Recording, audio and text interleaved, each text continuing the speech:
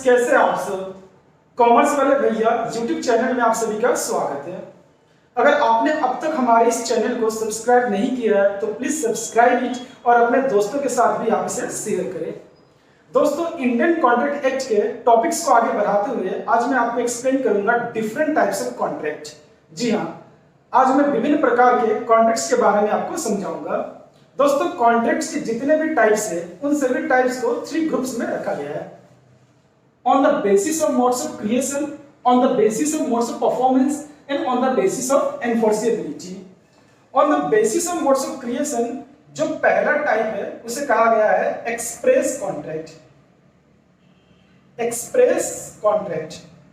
अब ये express contract क्या होता है तो मैं आपको बता दूं, ऐसा कोई भी कॉन्ट्रैक्ट जिसके टर्म्स एंड कंडीशन को एक्सप्रेस किया गया हो या फिर रिटन वर्ड्स में या फिर ओरल फॉर्म में। जी हाँ, इंडियन कॉन्ट्रैक्ट एक्ट आपको अलाउ करता है कि आप अपने कॉन्ट्रैक्ट को रिटन भी कर सकते हो और आप चाहो तो उसे ओरल भी रख सकते हो। अगर आप अपने कॉन्ट्रैक्ट को ओरल रखते हो तो उस तरह के कॉन्ट्रैक्ट्स को भी वैलिड कहा गया है अंडर इंडियन कॉन्ट्रैक्ट एक्ट। तो एक्सप्रेस कॉन्ट्रैक्ट क्या हुआ? ऐसा कोई भी कॉन्ट्रैक्ट जो या फिर रिटन फॉर्म में हो या फिर ओरल फॉर्म में हो, इस तरह के कॉन्ट्रैक्ट को हम कहेंगे एक्सप्रेस कॉन्ट्रैक्ट। जो सेकंड कैटेगरी है उसे कहा गया है implied contract. Implied contract. Sir, ये इंप्लाइड कॉन्ट्रैक्ट क्या होता है? दोस्तों, इंप्लाइड कॉन्ट्रैक्ट बहुत इंटरेस्टिंग कॉन्ट्रैक्ट है। ऐसा कोई भी कॉन्ट्रैक्ट जो ना ही रिटन फॉर्म में हो और ना ही ओरल फॉर्म में हो, उस तरह के कॉन्ट्रैक्ट्स को हम कहेंगे इंप्लाइड कॉन्ट्रैक्ट। इंप्लाइड कॉन्ट्रैक्ट को समझने के लिए हम कुछ एग्जांपल्स लेते हैं। सपोज कीजिए कि आप रेलवे स्टेशन जा रहे हो और आपके पास एक कुली आता है और वो आपका लगेज को कैरी करता है। आप उसे मना भी नहीं करते हो और आप उसके साथ चलने लगते हो। इस दौरान आपके एंड कुली के बीच में एक कॉन्ट्रैक्ट बना है जो कि इंप्लाइड है विथ योर एक्शन। एक और एग्जांपल लेते हैं। सपोज कीजिए आप किसी बस स्टॉप पे बैठे हो और बस आती है एंड आप बस के ऊपर चढ़ जाते हो। इस दौरान आपके एंड बस कंडक्टर के बीच में एक अगेन कॉन्ट्रैक्ट बना है जो कि अगेन इंप्लाइड है। तो ऐसा कोई भी कॉन्ट्रैक्ट जो ना ही रिटन हो ना ही ओरल हो, यानी कि जिसके टर्म्स एंड कंडीशन को कम्युनिकेट ना किया गया हो, वो जस्ट इंप्लाइड है with the actions of both the parties. इस तरह के कॉन्ट्रैक्ट को हम कहेंगे इंप्लाइड कॉन्ट्रैक्ट। तो इंप्लाइड कॉन्ट्रैक्ट ना ही रिटन होता है ना ही ओरल होता है, ये होता है एक्शंस ऑफ द पार्टी से। Actions of the parties.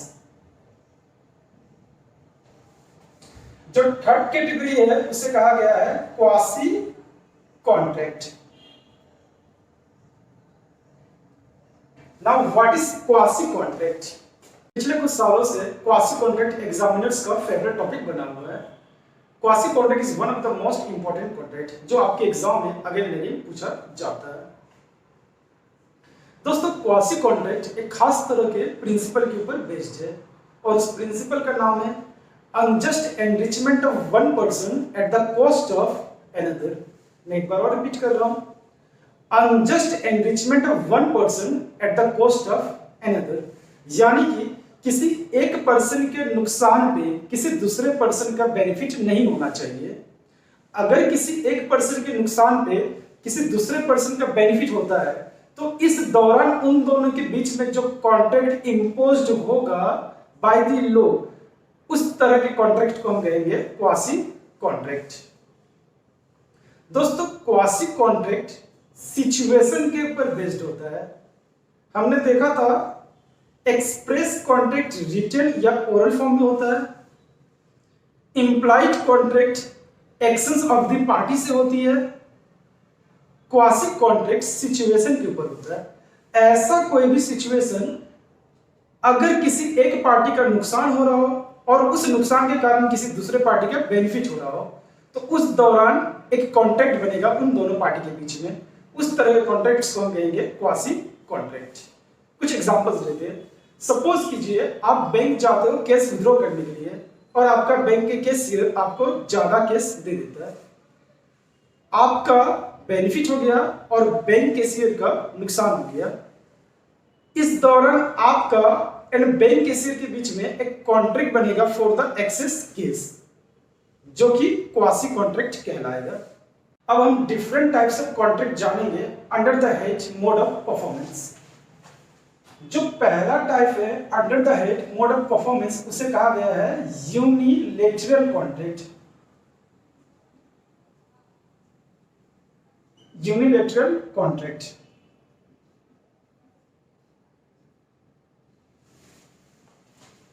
What is unilateral contracts?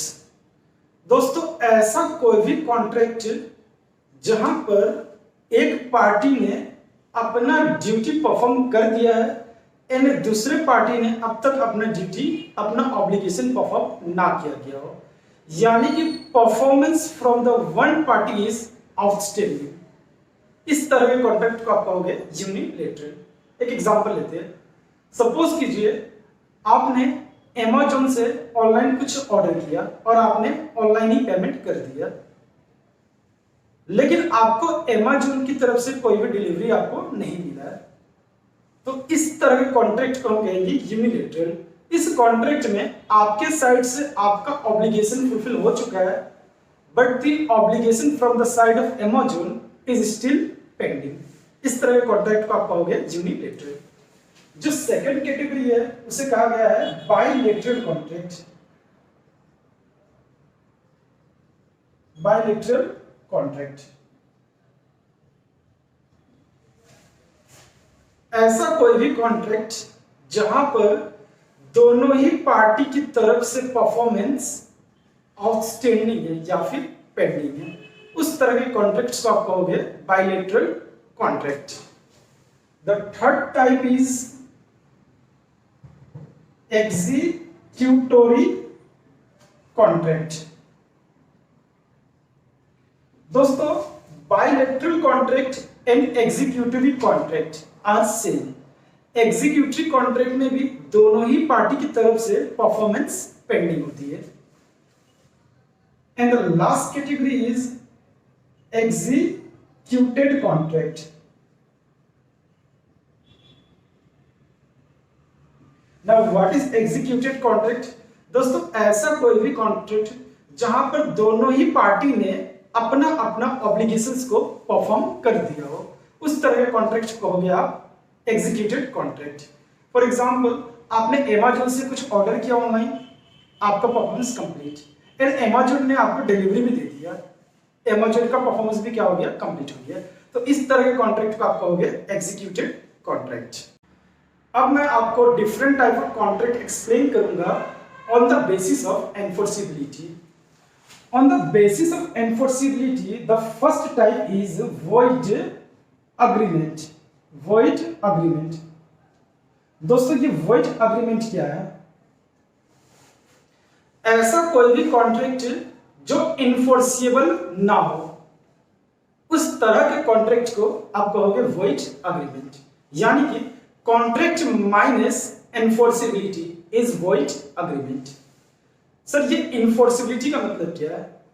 इनफोर्सिबिलिटी का मतलब है लीगल रेमेडी क्लेम करना।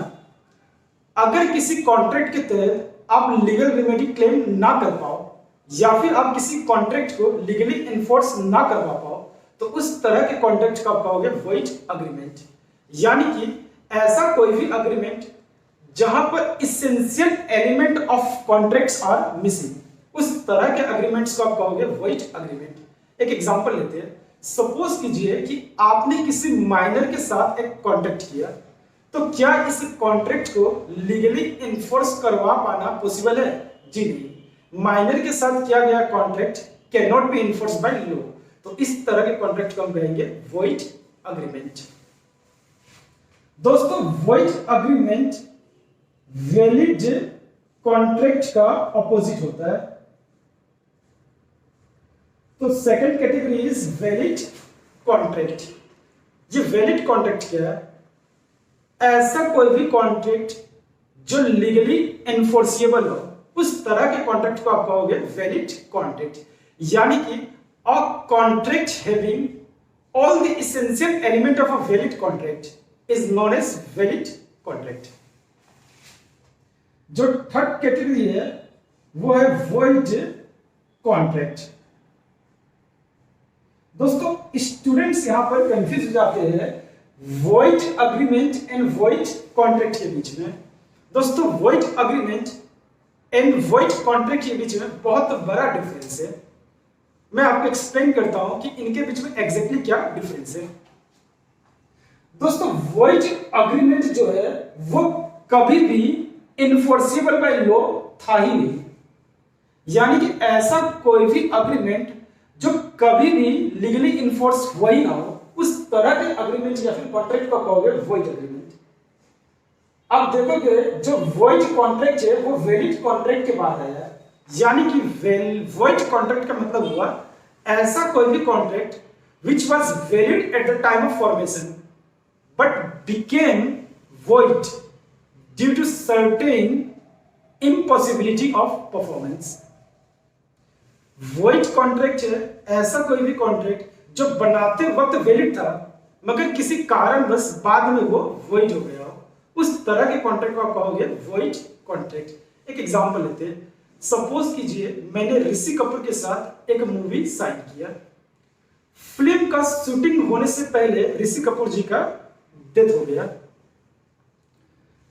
यह कॉन्ट्रैक्ट जब हम लोगों ने बनाया था तो उस वक्त ये वैलिड था, लेकिन ऋषि कपूर जी के डेथ के बाद इस कॉन्ट्रैक्ट को परफॉर्म कर पाना, इस कॉन्ट्रैक्ट को कंप्लीट कर पाना पॉसिबल नहीं है, तो बाद में ये कॉन्ट्रैक्ट क्या हो गया, वॉइड हो गया। इस तरह के कॉन्ट्रैक्ट्स को आप कहोगे वॉइड कॉन्ट्रैक्ट। जो नेक्स्ट कॉन्ट्रैक्ट है उसे कहा गया है voidable contract. Voidable contract. Sir ये वॉइडेबल कॉन्ट्रैक्ट क्या है? दोस्तों वॉइडेबल वर्ड से आप एक वर्ड लिख सकते हो एवॉइडेबल। ऐसा कोई भी कॉन्ट्रैक्ट जिसे आप एवॉइड कर सकते हो, उस तरह के कॉन्ट्रैक्ट को हम कहते हैं voidable contract. For example mister A ने मिस्टर बी से एक कॉन्ट्रैक्ट किया गन के सहारे। मान के चलो मिस्टर ए ने मिस्टर बी के ऊपर एक गन रखा और फिर किसी कॉन्ट्रैक्ट के अंदर एंटर करवाया मिस्टर बी को। लेटर ऑन बी इस कॉन्ट्रैक्ट को अवॉइड कर सकता है, बी कोर्ट में चैलेंज करके इस कॉन्ट्रैक्ट को अवॉइड कर सकता है, तो इस तरह के कॉन्ट्रैक्ट आप कहोगे वॉइडेबल कॉन्ट्रैक्ट। नेक्स्ट जो कैटेगरी है उसे कहा गया है अनएनफोर्सिएबल कॉन्ट्रैक्ट। सर ये अनएनफोर्सिएबल कॉन्ट्रैक्ट क्या है? ऐसा कोई भी कॉन्ट्रैक्ट जो unenforceable by law due to certain legal aspects, उस तरह के कॉन्ट्रैक्ट को हम कहते हैं अनएनफोर्सिबल कॉन्ट्रैक्ट। कुछ कॉन्ट्रैक्ट्स का रिटन होना जरूरी है, मगर आप रिटन नहीं कर रहे हो, आप ओरली कर रहे हो, तो ऐसे कॉन्ट्रैक्ट को हम कहेंगे अनएनफोर्सिबल कॉन्ट्रैक्ट, क्योंकि ये लीगली एनफोर्स किया जाना पॉसिबल नहीं है। कुछ खास तरह के कॉन्ट्रैक्ट्स में विटनेस का होना भी जरूरी है, मगर आप विटनेस के एब्सेंस में इस तरह का कॉन्ट्रैक्ट कर रहे हो, तो उस तरह के कॉन्ट्रैक्ट्स को भी हम कहेंगे अनएनफोर्सिबल कॉन्ट्रैक्ट। जो आखिरी टाइप है on the basis of enforceability is illegal contract. Illegal contract. Illegal contract क्या होता है? ऐसा कोई भी कॉन्ट्रैक्ट जो इल्लीगल है in the eyes of law, उस तरह के कॉन्ट्रैक्ट को आप कहोगे इल्लीगल कॉन्ट्रैक्ट। फॉर एग्जाम्पल आप किसी पर्सन के साथ कॉन्ट्रैक्ट कर रहे हो किसी बच्चे को किडनैप करने के लिए, तो इस तरह के कॉन्ट्रैक्ट को हम कहेंगे इल्लीगल कॉन्ट्रैक्ट। दोस्तों illegal contract and void contract में एक खास डिफरेंस है। In case of void contract आपको पनिशमेंट नहीं मिलता है, लेकिन in case of illegal contract आपको पनिशमेंट मिलता है।